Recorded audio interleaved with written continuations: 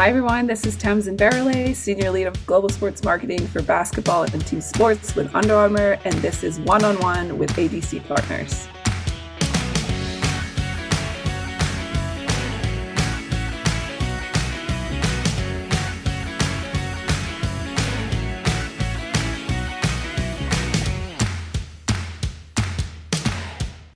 Hi, this is Dave Almy of ADC Partners.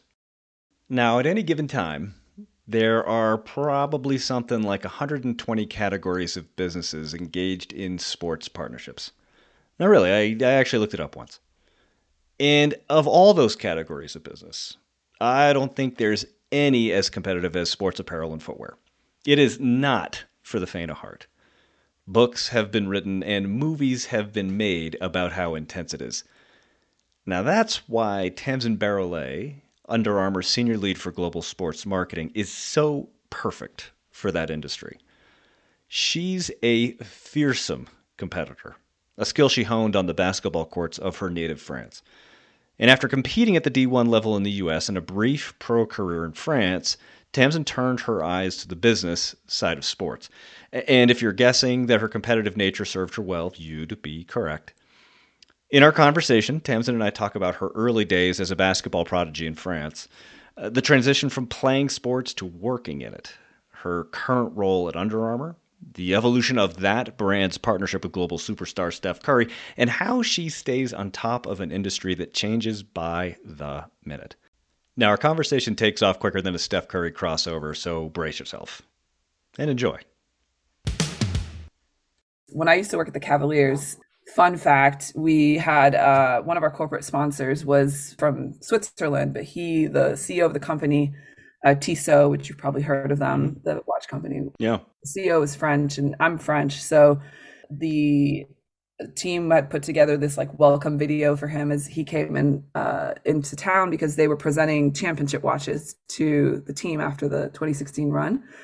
And so they asked me to record a whole video, like a voiceover on the video. So I actually did a whole voiceover in French for. So somewhere, I'm assuming online, there is your first broadcast experience is absolutely indoctrinated. And in French. And in French, right? Well, I'm assuming that the way this unfolds is there could be many more French expressions and phrases used, but we're going to get to that later. But where I want to start, because we've already started rolling here, is that basketball is kind of in your blood. I mean, you are a straight up no messing around basketball player, right? And you played D1 at Kent State. You captained the U20 Great Britain team for a FIBA championship, and you played professionally in France for a bit. So I'm kind of curious, as you started playing basketball, when was that moment where you thought, okay, this sport, I'm pretty good at this, and this can maybe take me places that it might not be able to take other people. Fact about me is I grew up in France with a very international family. My mom's from the UK. My father's from South America, actually from Chile. They somehow at some point ended up meeting in the UK. And the fates combined to create a basketball player. Yeah, basically the United Nations runs through my blood. And anyways, landed in France when I was about 3 years of age. I played all kinds of different sports and cultural activities that my mom signed me up for. Yeah, so you were new to France, so she really wanted to get you embedded in the culture, make friends and all the whole thing. Exactly. But to answer your question, the age where for me things really shifted, or where I honestly felt like basketball was my kind of destiny in a lot of ways, I was probably about 10 or 11 years old. Okay. At that time, I was playing in a small local club in my hometown. And my coaches at the time had put my name forward for basically these kind of regional camps, selection camps, that the way the French system works, they have a lot of, essentially the federation puts on these regional selection tours where clubs can send their best players to eventually form the best team for that specific county or region. Yeah. And then eventually there's more of like a national tournament that happens. And so you get scouted to eventually then get recruited by clubs or bigger clubs, but also federation owned academies where they then you can come and train at a much higher level, Yeah. and also for the national team program. So that's kind of how they start fostering at a very young age, essentially a pipeline of talented athletes. And so But you're I was 10 very or lucky, 11 years old, right? And your very coaches, young. very young. I mean, did you have a sense that you were good at it at that time, or was it just something I you mean, liked to do? I was definitely the best player on my team in my small little town at that point. And so when they put me forward for this selection camp, I was obviously confronted with girls that were taller, bigger, and better than me. Right. But I The always pool had, got a little deeper. yeah, I definitely had a drive, a natural drive, quite honestly, Mm. that I wanted to be better than them. And so So my it didn't parents. quite, you didn't quail in that moment. You didn't go like, "Oh my gosh, this is way beyond me." You kind of knuckled down and thought, "Okay, Yeah, I didn't feel like I was completely far off the line, but I knew I could, with a bit of hard work and being around better players, could get there. yeah, And so my mom and dad actually allowed me to go to this camp. And then from that camp, I got recruited by a bigger club that was, 30, 40 minutes away from my house in a slightly bigger town. And that's when things really kicked off for me. and it became a bigger deal." Had your parents had any sort of big basketball background, or was this all new to them too? My parents were both athletes, but were Okay. not basketball players. My dad was more so on the rugby side of Okay. things. My mom did track, but funnily enough, It's like my rugby grandmother, and track kind of fused into this thing. yeah, but funnily enough, my grandmother was on my dad's side. She played basketball, way back Oh, wow, that's pretty cool. when women were still wearing skirts to The play long on court. skirts. Yeah, Because heaven exactly. forbid we should see their ankles when they play sports. Exactly. And so that's she always used to tell me before she passed away that, I got my skills from her. So yeah, but that's kind of how it all kicked off. And then I eventually left home.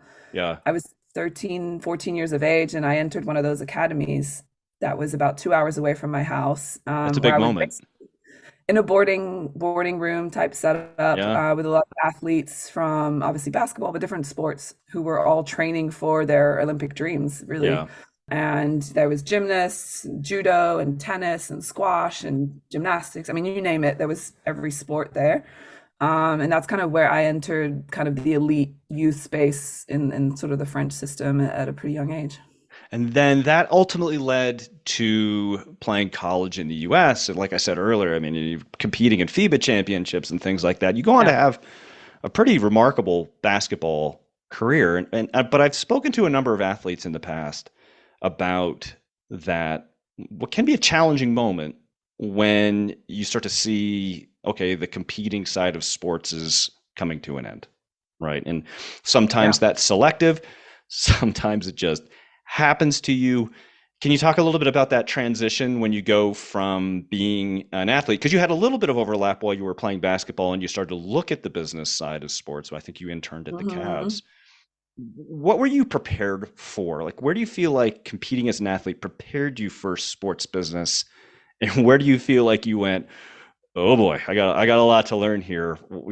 What's happening? Can you talk a little bit that transition? I think the biggest unlock for me was actually that internship with the Cavs. It Mm, was my senior year at Kent, and part of my sports management degree was a required 15-week internship in some type of, sport organization. And luckily got my foot in the door there and had a tremendous sort of spring slash summer experience to kind of really discover the business side of sports that I had no clue, really had no clue what it was, what it meant. yeah. There was always a part of me that I knew post playing days I wanted to stay in sports and knew I had a passion for marketing and Hmm. kind of the corporate sponsorship side of things. And I'd done a lot of reading, and partly my dad had sort of given me a lot of information about the Mark McCormick and read his books and all that stuff. And I So really you really saw knew about the partnership side going in.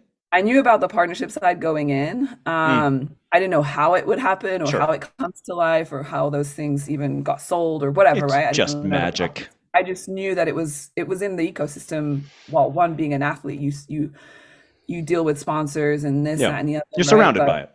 you're surrounded by it, but you don't really know how it comes to life and all those things. And so that internship really unlocked and opened my eyes. And I knew from the end of that internship, I was like, when I'm done playing, I definitely want to come back and work for the NBA or come back and work in some capacity in the professional sports world from the business side of things and kind of grow in that sense. What really kind of for me the biggest thing was coming from Europe and seeing the NBA, which is a massive sort of It is an apples and oranges thing. They play the same game, but it's just not the same.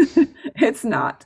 Especially in the basketball world, you could maybe argue, the global football side of things and the Premier Hmm. League is up there, but the basketball side is nowhere near as developed as it is in the US. And so there was just this sort of hunger inside of me that even when I went back to France and played, I'd stayed in touch very heavily with the leaders at the Cavs, and in Hmm. the event that I decided to come back, I would at least keep in touch with them to hopefully open up some doors later So you were on. really assertive. Like you knew this was some place you wanted to go. So you wanted to make sure to continue to leverage those relationships. Exactly. Yeah, Yeah. exactly. And I actually, when I was in France playing, I actually was selling sponsorship for the men and the women. So my team and the men's team, So you were professional men's playing team, and selling at the same time. and selling. Yeah, I just had come off that internship and I'd learned so much, and I got into this professional world, and I just realized I was like, I have a lot of time on my hands and I wanted to continue to learn. Yeah. I wasn't going to school,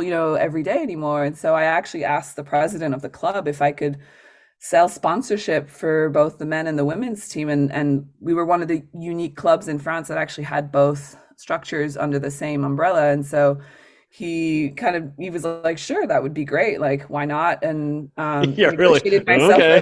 a little sales commission, Yeah.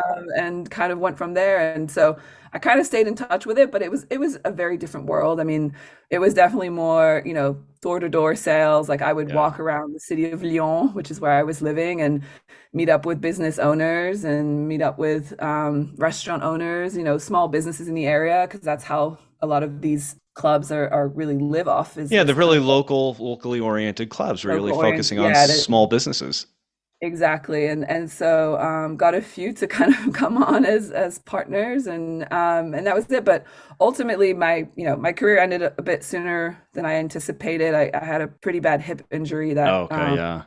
finished things, and so very quickly I reorientated myself to come back to the US, and start working for the Cavs again, and then also went to school at the same time to kind of get a master's degree and continue my education. So that's how I Yeah, eventually yeah. came back this way. Did you just feel like there was more of an upside to coming back to the States to work for the NBA, that you could learn more, that there was a higher ceiling for yourself than there would be in France? Was that the major motivator? Absolutely. Yeah. Yeah, absolutely. Yeah, I mean, I'd seen night and day going from, can't kind of internship at the Cavs. Then I went back to France.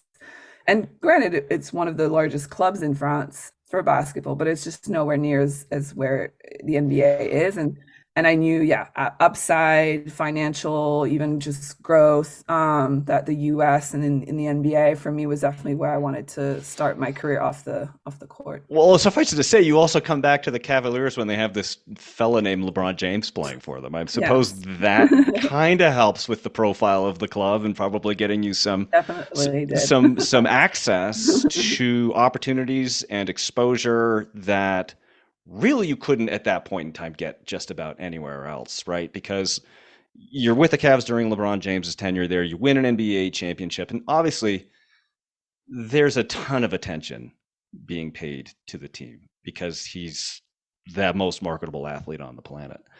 But then he leaves. How did that change from your experience, right? When you have that person who draws so much attention and so many brands want to be affiliated with him, and then he's gone. Did you have to adjust your approach? Did the Cavs have to adjust their approach significantly after his departure? The short answer is yes, Yeah, absolutely. yeah, The biggest thing was, I mean, you summarized it really well. It was an incredible time for Cleveland. It was an incredible time for the organization, the Cleveland Cavaliers as a whole, and we capitalized on it as yeah, much as we could. Like sure. we were signing, early renewing, extending contracts while we could, when we could, Yeah. type of thing. It's a golden time.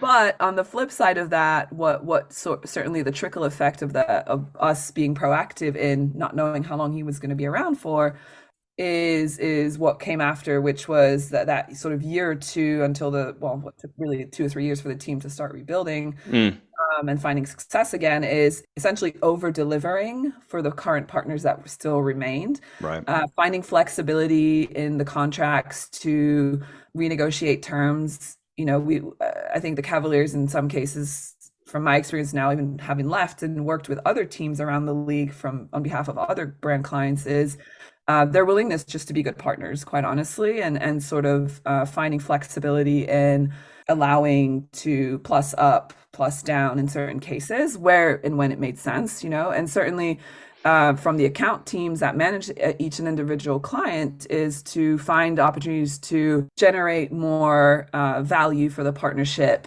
even with assets that maybe weren't necessarily in those contracts. So over delivering on social media, over delivering on broadcasts, over delivering on signage, all those different things that would at least ease the conversation a little bit more with certain brand partners who maybe didn't understand why they maybe had lost so much value from one year to the next, or at least, hey, with the assets you have, you lost value, but we proactively gave you X, Y, Z to plus up your sort of partnership packages.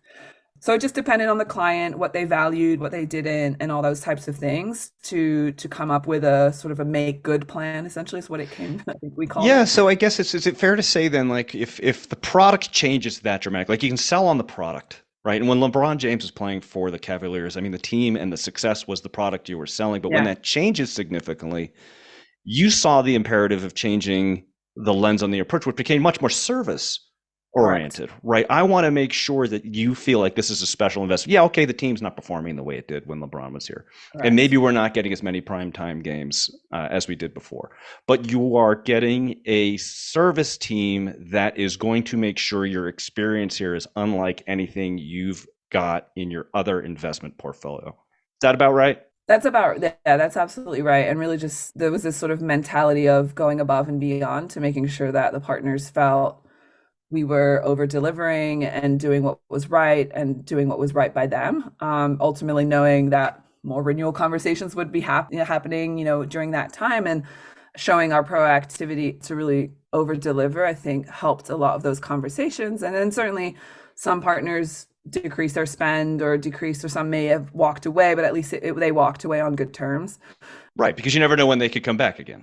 Correct. And here, 3 years later, the team is playoff contender and they're doing well again. And we know these things ebbs and flows, and especially, around sports and the teams and whatnot. Well, I'm assuming also your skill set has to improve dramatically in that kind of environment too, right? Because it goes from when you're selling LeBron James and the Cavaliers during that period of time, you're kind of just picking up the A phone and saying, little "How many less do or harder of a yeah, sell. how Yeah. many do you want?" Like, okay, I'll see what I can. I'll see if I can squeeze you in, versus really understanding what it takes to make those partnerships work. And I'm assuming then that that's one of the things you carried over when you went over to Excel Sports Management, right? Because now you're managing on behalf of clients, right? You're not selling into clients and managing the partnerships on behalf of the team. Now you're going and representing, I think it was Vistaprint and Aura Yeah. Ring, and that's, I think, probably one of your first real interactions with Under Armour.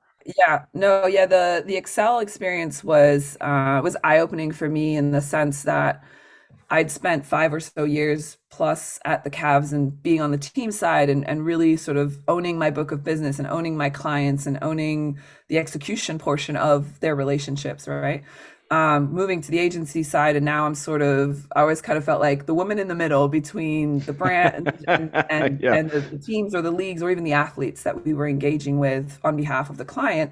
But what I brought to the table was an understanding of what can and should be done from the eye of the teams. And I think part of why the reason Excel brought me on was to manage a lot of their clients who had a variety of team league deals, particularly with the NBA. And actually Vistaprint was one who had just took on the jersey sponsorship with the Celtics at the time. And when I was at the Cavs, I managed Goodyear from the Cavs. So I kind of knew and had a good sense of how those jersey partnerships particularly worked, what you can ask for, what you can push for, all those things to kind of help the brand, in this case Vistaprint, sort of get more out of their partnership than maybe what was written in black and white on the contract. And so that's where I really found my sort of fruitful approach to the team and the account team that I was on and part of at Excel, was to bring that sort of perspective that they maybe didn't have at the time on that team, because a lot of my colleagues there had always been on the agency side, and Right. sort of and really only experienced that side, that lens of it. Did working with a number of different NBA teams surprise you a little bit with the variety of capability and variety of approaches that they took Yes. to survive? Yeah. All right, people who can't see this, just a big smile on the face. Yeah, even just across other leagues too. Yeah. Seeing, working with some NFL Oh, yeah. teams versus MLS teams versus NBA teams, they all Yeah. value certain things drastically differently based on where they're obviously stronger or not so strong in the case of the different, levels of assets. And so, no, it was definitely interesting for me to see the big differences, and then also how they manage their sponsors, quite honestly.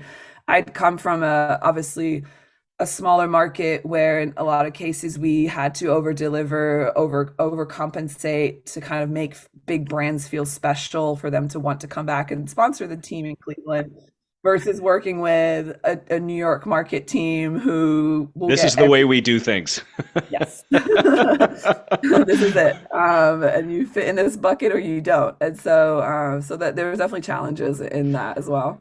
But I think it's such an important thing to, particularly as you make the transition to now you've gone from team to agency, and then you move on to brand. Now you're on the brand Mhm. side. You manage that relationship on behalf of the brand. No more middleman.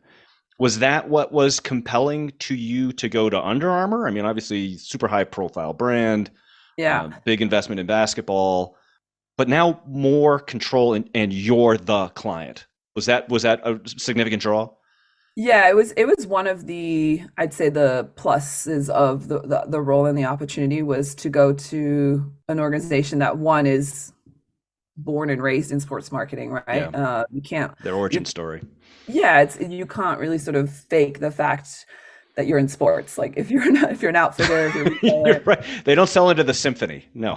yeah, exactly. It's definitely harder in some cases for, a bank or a financial group to be in the sponsorship sports marketing space, but someone like an outfitter like us, it's the most organic thing that you could Yeah. possibly be, right, in the space. So that was one of the reasons. The other reasons is kind of definitely what you just said, and for me, transitioning over into this role was so that I could have a bit more accountability and decision-making ability Hmm. to impact the business and to see direct return on certain ideas or thoughts or strategic moves that we would make, to kind of and see them come to life. And yes, we obviously work with great agency partners, and we have team partners and league partnerships and all those things where we obviously have to rely on them to do certain things. But I do really much enjoy being on the almost like the front end of the decision or the idea to then go to these respective partners and hopefully make things happen. But it can be challenging on the agency side because you are playing that middle role between teams and brands, and you can make suggestions that or feel like, boy, this would be just the perfect concept or idea. But there's nothing says the brands or the teams have to say okay. So, I mean, you do have this, well, I got to make sure that you just keep plugging away and get used to how that decision making happens within those organizations versus being on the brand side where you can be, okay, here's what we really want the strategy to be. Here's what I've learned in my 10, 15 years of doing this business and really can start to apply it. And for those who don't know, can you give a quick overview of your day to day at Under Armour, where your responsibilities lie? Sure. So the role that I'm in now is primarily strategically driven. Hmm. So my focus ultimately is to help UA grow our brand recognition, presence, awareness in the sports marketing landscape through what we call pillars, internally Hmm. speaking, which are athletes and influencers is one, second one being properties and partnerships, and then the third one being grassroots. So anything around the Okay. youth Yep. development space. So we sort of live in those three ecosystems. And then for the specific sports that I oversee, which are basketball, volleyball and American football, I really look at those three pillars around the world, in the regions that they obviously are most important, and make sure that we're connecting with all three of these pillars and making sure that we have presence in all of them. And if we Yeah. don't, then how do we get there, right? Right. Okay. So first, the first probably year of my role was really just a good sort of like gut check of where we stand, and having a bit of a come to realization of where we're not good, and so how do we improve that, and then from there building a strategy to get to that point of where we want to be by a certain amount of time, which typically is a let's say a 2 to 3 year Yeah. calendar, so year calendar. And so from there, working with my business partners internally speaking and saying, okay, basketball is a priority from a business standpoint, and we want to grow X amount profits, revenue, etc. in the basketball space. How can sports marketing support that? So we look at the basketball ecosystem, and we know footwear is where revenue is mostly driven in our Yep. world. So how can we make sure that we have the right athletes to open up opportunities with wholesale partners and distribution partners, right? Having the right signature athletes to do that. Right. What's going to garner the attention and engagement? Correct. What's going to drive attention? And then, from a properties and partnership, what are the types of partners, whether that be an NBA league partnership or WNBA league partnership, or certain teams in certain key cities, if we have like a city attack in certain markets, or in an international space, what are there certain countries where we're really trying to make an impact in Europe or in APAC. So how do we look at that landscape and maybe start talking to federations and national governing bodies, and then same thing on the youth side, right? We have a tremendous presence in the youth space, especially in the United States for Yeah. basketball. But when you start looking at the rest of the world, we have a lot of opportunities for growth. So who are the right youth organizations out there that we might want to partner with, or do we want to create our own initiatives to do so? So it's kind of a lot to take on. No, you're talking about not only a Rubik's cube of different colors, but I mean it's kind of like a fourth dimensional Rubik's cube. And the part of that I think is the most Yeah. fascinating thing of what you do is the emphasis on, it's in your title. I mean, it's global marketing programs, and you just alluded to it a second ago because the good news is that basketball is truly a global sport, and that's great. But it's true that just not one marketing message won't work for everybody. So can you speak to the opportunity and the challenge there? Is like, how do you work to ensure relevancy when your market is truly global? It's a tough one for Yeah. sure. I think the biggest piece is one, being aware of those cultural, regional differences, Yeah. right? And then we have regional partners that sit in those respective areas too. And so we obviously have a lot of healthy discussions around what is the best approach for that specific region or country, or in and around a specific campaign. No. I think there's a very small sort of like group of athletes out there, like a Stephen Curry or LeBron James, who have this global appeal and impact. No matter what language you're speaking to them, people know who they are, they recognize them, and they sort of are attracted by the products that they offer, under sort of their brand and their image. But when you're providing different types of programming or marketing activation opportunities, it's crucially important that there is the regional like sort of nuances, and that they're taken into consideration, because otherwise you show up as tone deaf, as not really Yeah. understanding You end up doing more harm than good. Exactly. And so we have a lot of regional approaches that sort Mhm. of basically they'll take the global recommendation or the US approach, but then they'll Okay. tweak it to Yep. the market itself, whether it's adjusting maybe the types of athletes that show up in the imagery, or the language in itself, and applying different types of text and connotations. And also in some cases the region will take ownership of a certain tactical activation and completely redefine it for Yeah. what is best for that specific market. Do you feel like your international background kind of helps you in this regard? I mean, you kind of approach things with a bit of an international lens anyway, just Yeah, dual citizenship and everything. yeah, absolutely. I think that's probably one of the biggest reasons they hired Yeah. me, is that I came in with honestly just an outside of the US approach of especially when it came to basketball.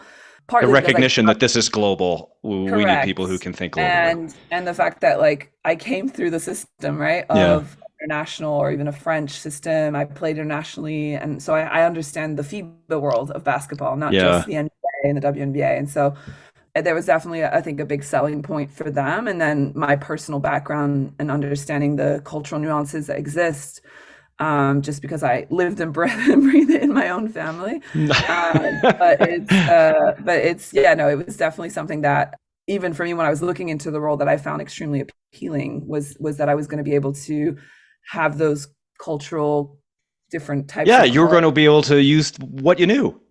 Exactly. Like I have calls with my Europe team every so often, my APAC team every so often, and and yeah, it might be 7 o'clock in the morning because it's 7 o'clock in the night over Oh there. yeah. Oh yeah. That's a true Where downside of working internationally, right? Yeah, but that to me was definitely something that I really very much enjoyed. Yeah. I've been enjoying about the role as well. So I read this article not too long ago where Sean Eggert, who's the senior vice president of sports marketing at UA, said, and this is a somewhat lengthy quote, so bear with me for a second. He said, I always thought it was the allure of the brand and compensation package that attracted the athlete. And that's not so much the case anymore.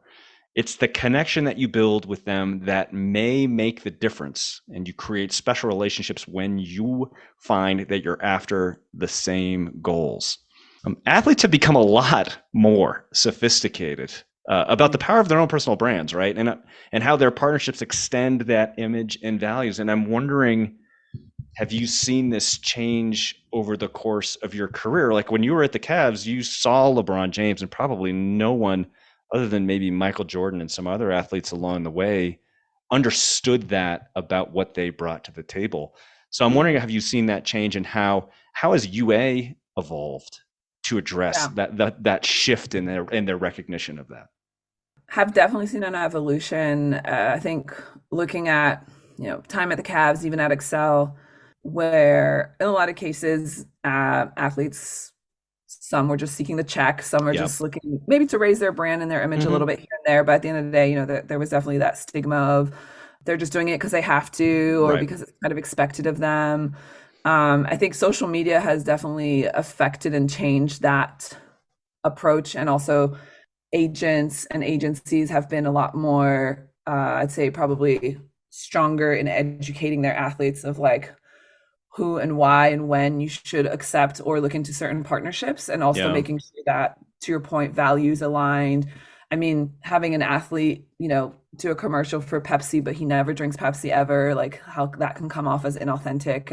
And consumers have gotten so much smarter where they can just pick that up now and they know Very if it quickly. feels Yeah. right, feels fake. Yeah, we call it like the fake radar, Fake especially radar. younger. Yeah, like the younger audience at this point is definitely like their fake radar is the strongest in any consumer. Like they just know right away if this is a sponsored by versus an athlete actually doing it out of their own will or Right. goodwill. For us at UA, the biggest thing is we've actually benefited a lot from, in some ways, from this shift in mindset of like Hmm. wanting sort of values to align and finding athletes that want to be activated and want to be in what we call a true partnership, not just a footwear endorsement deal, not just a service, getting free product type of deal, actually wanting to be activated. And it typically has come from a deeper vetting process from our side to actually uncover and peel off that information from the athlete, him or herself. And so in the past, the company was very much about just sponsoring everybody and anybody that was willing to be with Under Armour because we were trying to get our name out there, our brand out Yeah. there. Mile wide, inch Um, deep. yeah, yeah. And in some cases that certainly, caused the company to question itself because a lot of money was going out. And eventually some strategic moves came by, and certainly under Sean's leadership, where we're a lot more about the quality over the quantity of athletes at this point, and ensuring that the athletes that we do partner with want to be with Under Armour, want to be a part of Under Armour, and we want to be a part of their story too, right? And so finding efficient ways to do that, and that just comes from really digging deeper into the vetting and the conversation process with the agent, but the athlete themselves as well. And we've actually gotten quite a few athletes now in the last couple years that I've been here who have come from other competitive brands of ours and have left. And we hear it a lot is that they just feel like another number. Yeah. They just Yeah. feel like another number. They're not Nobody's really, listening. yeah. And some athletes are fine with that. They Yeah. just want to be the other number and get the product and whatever. Right. And I get the shoes and I get the check and I'll call it a day. they don't want to be in marketing campaigns. They don't want to do appearances and all that stuff. But there is a pretty decent amount of athletes who understand the power of their brand, who understand the power of their image, who want to leverage it and who want to elevate where they currently sit, because they understand that it drives more revenue opportunities for them, drives more business opportunities for them, et cetera. And not, like I said, not all athletes are the same, but when you do find those athletes that are like that, it is very special. It's gold. And it's gold, and certainly gives us a ton of leverage to put ideas in front of them, make them feel a part of the process, not only of like a product development process, but also a Where can we go marketing. with this? Yeah. Yeah, exactly. And like understanding what makes them tick, what are some like things that make them angry about the industry or make them angry about, inequalities that exist out there, or things that they want to change, And or what's important to them? yeah, what's important to them in the youth space or in the community that they're from or that they play in, et cetera. So we really try to craft now is these partnerships that really live and breathe around the athlete's ecosystem versus just plugging and playing into what would have been the traditional Yeah, endorsement here's deal. the template of what we've used for the last 20 years. How can we make the athlete fit into this template so we can roll it out in every place we possibly can versus what you just talked about? It's now how do we get a deeper, more value connected relationship with an athlete that we can find this mutual partnership where we can accomplish things for the athlete and the athlete can accomplish things for that. And there's probably no better example right now than Steph Curry, right? I mean, he's a UA athlete.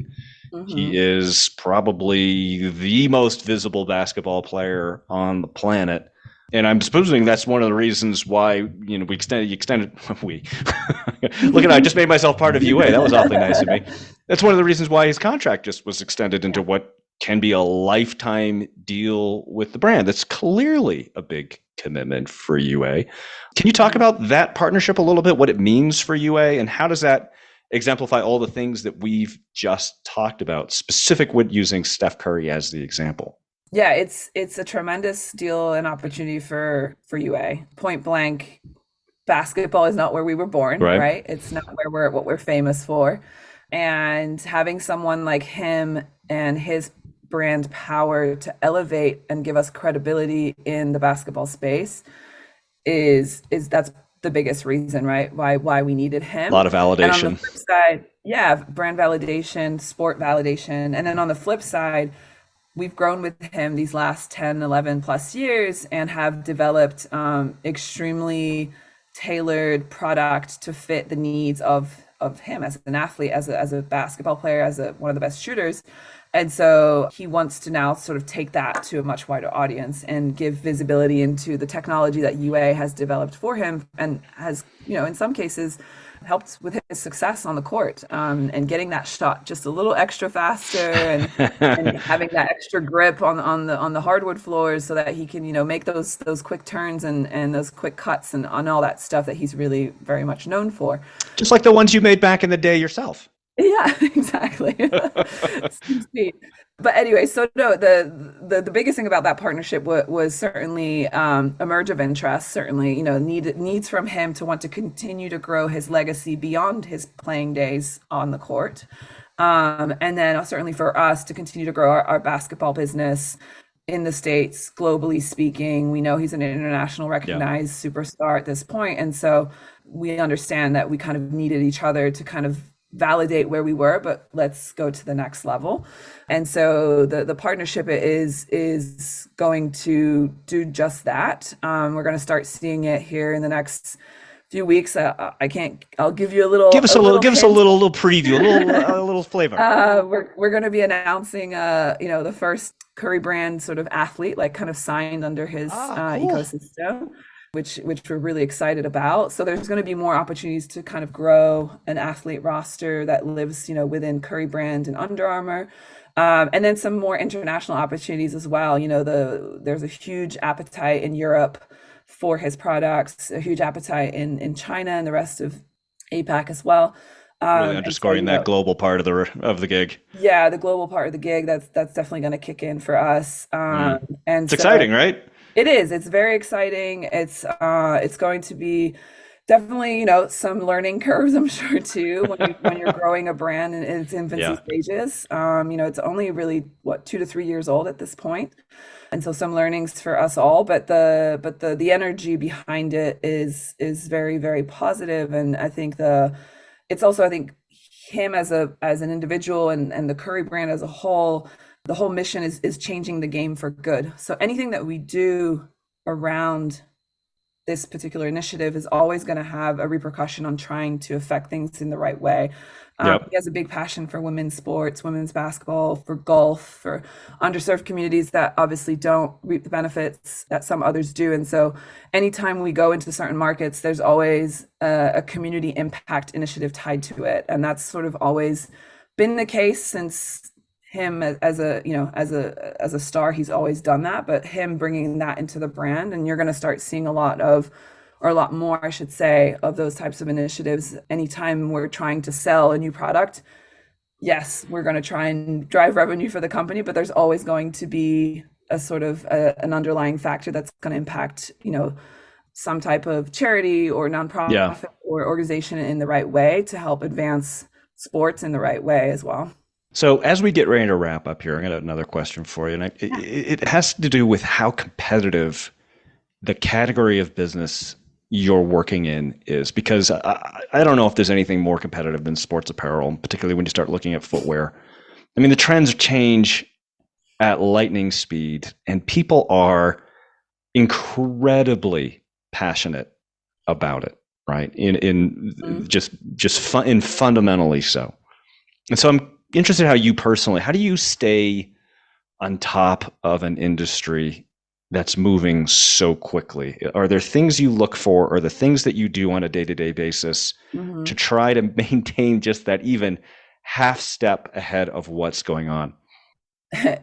Yeah, I mean, competitive is definitely probably like the baseline of what this industry is like. Yeah. One of the some of the key things that I do personally speaking, tied to wanting just to keep up to beat on what's going on, outside of reading the traditional sports Yeah. business, type of outlets that are out there and staying on top of those. I read a lot, keep up to date on what my competitors are doing, quite honestly, in Yeah. the Yeah. space, Yeah. and following all of their initiatives as well.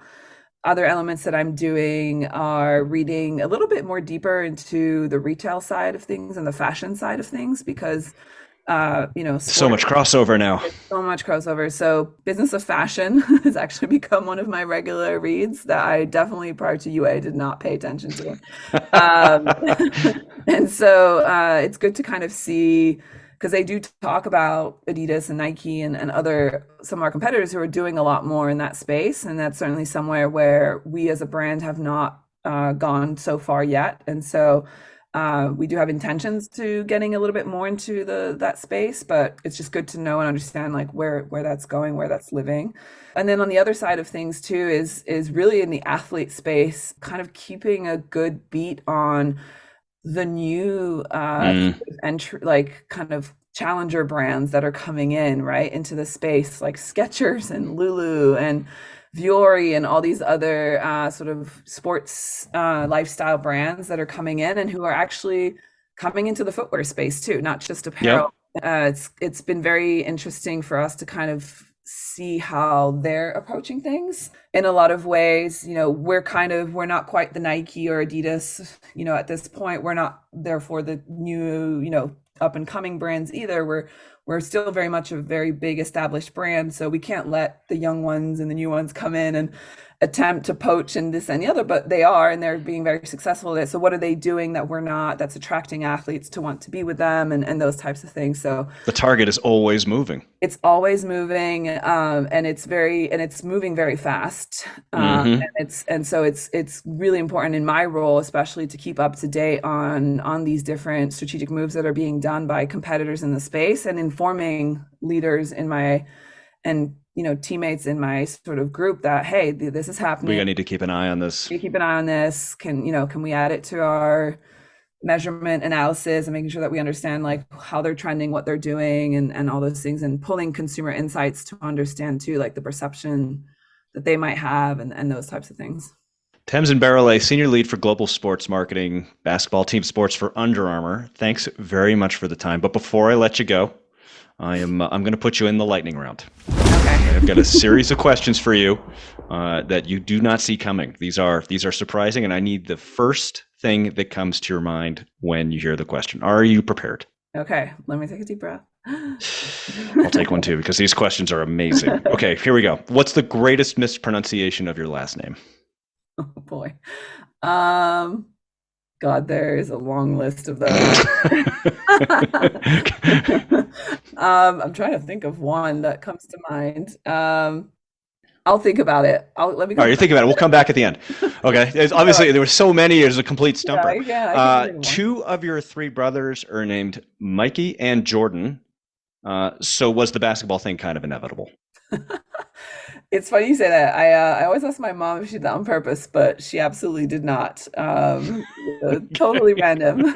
Totally random, okay, but it definitely set the tone. Yeah. You have dual citizenship in France and England. So French food or English food? French food. Oh, sorry, England. Okay, that was pretty quick. You were apparently once a bartender at Barco Beach, a restaurant in your hometown of Saint Maxime. What was your specialty drink to make?